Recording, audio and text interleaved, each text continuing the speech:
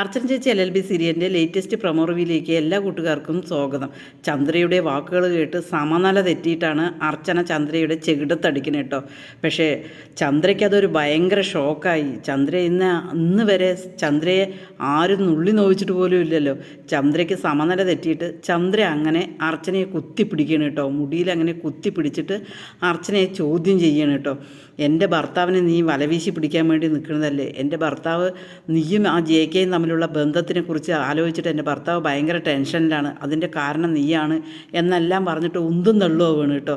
അതേസമയം ദീപ്തി ഇടപെട്ടിട്ട് അങ്ങനെ മാറ്റിയാണ്, മേഡം ഒന്നും ചെയ്യണ്ട എന്ന് പറഞ്ഞിട്ട് അങ്ങനെ മാറ്റിയാണ് കേട്ടോ. അർച്ചനയ്ക്ക് ആകെ മൊത്തം ഭയങ്കര വിഷമമാകും. ചന്ദ്ര അവിടെ നിന്ന് പോവുകയാണ്, വെല്ലുവിളിച്ചിട്ട് പോവുകയാണ്, അർച്ചനയെ വെല്ലുവിളിച്ചിട്ട് പോവുകയാണ് കേട്ടോ. അതേസമയം ദീപ്തി പറയുന്നുണ്ട്, ഇതെങ്ങനെ വിട്ടാൽ പറ്റില്ല, ഇവർ ഇപ്പോൾ തന്നെ ഓഫീസിൽ കയറിയിട്ട് കയ്യാങ്കളി നടത്തി എന്നിങ്ങനെ പറയുമ്പോൾ അർച്ചന പറയും, വേണ്ട, ഇത് ആരോടും പറയും, ഒന്നും ചെയ്യണ്ട എന്നിങ്ങനെ പറയണം കേട്ടോ. പക്ഷേ ദീപ്തി ഉണ്ടോ വിടുന്നത്?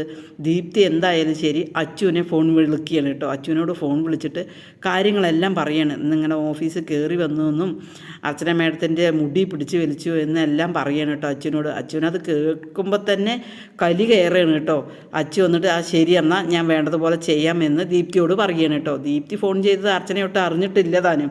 അതേസമയം ചന്ദ്രയുടെ കൂട്ടുകാരുടെ അടുത്ത് കാര്യങ്ങളെല്ലാം പറയണം കേട്ടോ.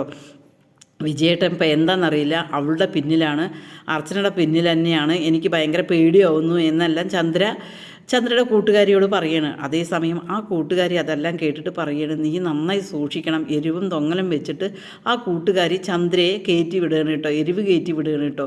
നീ എന്തായാലും ശരി നിൻ്റെ ഭർത്താവിനെ സൂക്ഷിച്ചോ, ഇനി അല്ലെങ്കിൽ നിൻ്റെ ഭർത്താവ് അർച്ചനൻ്റെ അടുത്തേക്ക് പോവും, അത് ഉറപ്പായ കാര്യമാണ് എന്ന് ആ കൂട്ടുകാരി ചന്ദ്രയോട് പറയണം കേട്ടോ.